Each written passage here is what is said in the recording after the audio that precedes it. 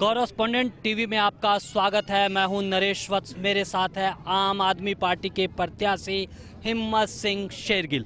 शेरगिल साहब, आप माजा की धरती से ललकार भर रहे हैं। पहले मोहाली से आप चुनाव लड़े, लेकिन फिर माजा में आप सीधी ललकार भर रहे हैं, क्या कहेंगे?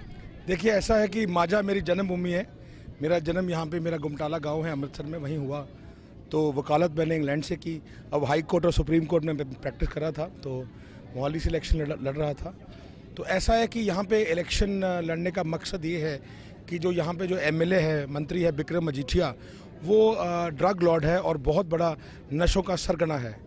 तो उसको बिल्कुल सख्त सज़ा दिलवानी है, क्योंकि हमारे पास बहुत प्राइमा फेशी एविडेंस है।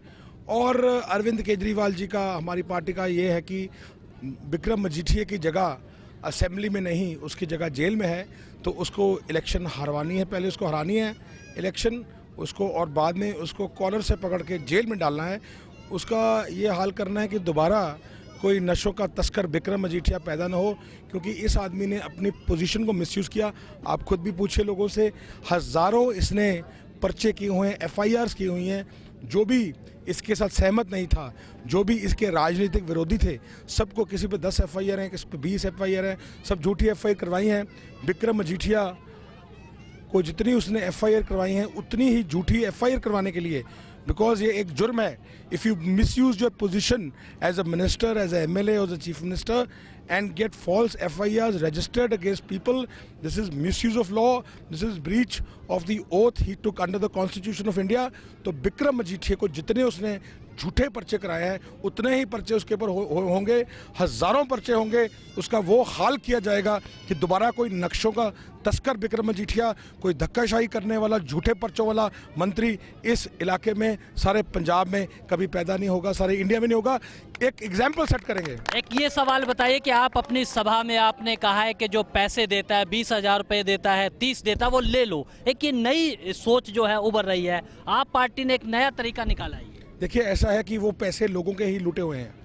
तो ये लोग क्या करते हैं, बिक्रम मजीठिया ये जैसे हज़ारों करोड़ इकट्ठे कर लेते हैं, इलेक्शन में 4, 5, 10 करोड़ लगा देते हैं, तो लोगों के ही पैसे हैं। कुछ तो जब ये पैसे वापस करते हैं, लोग नोट भी पहचान लेते हैं कि ये वही नोट है जो मैंने वहाँ पे, मतलब, और ये ही नहीं, इन्होंने बहुत लूटा हुआ है, लोगों के पैसे हैं। तो अगर जो उनका लूट का पैसा है, तो हम तो ये कहते हैं भाई तुम्हारा ही लोगों का, जनता का पैसा है, इनसे और मांगिए, पर वोट मत इनको दीजिए। जो वोट डालनी है वो वोट जाकर आपने झाड़ू का बटन दबाइए। और लोग यही कह रहे हैं कि हम पैसे भी लेंगे, हमारे ही पैसे हैं, हमारे से ही लूटे हैं और मांगेंगे, क्योंकि और इन्होंने हमारा लूट का माल, डाकू लोग हैं, ये चोर लोग हैं। तो भैया, जिसने चोरी की, जिसने डाका मारा, ये प्रकाश सिंह बादल, इतिहास लिखा जाएगा।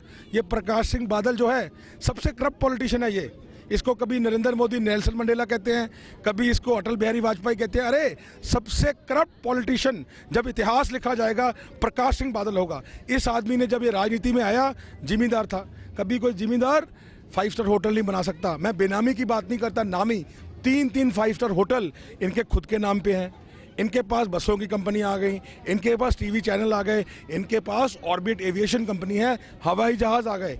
तो प्रकाश सिंह बादल ने इतने सालों में लोगों को लूटा है, उसके सारे परिवार में लूटा है। और अब ये जो बिक्रम मजीठिया है, उसके बेटे का साला, इसने तो अब नशों का काम शुरू कर दिया है।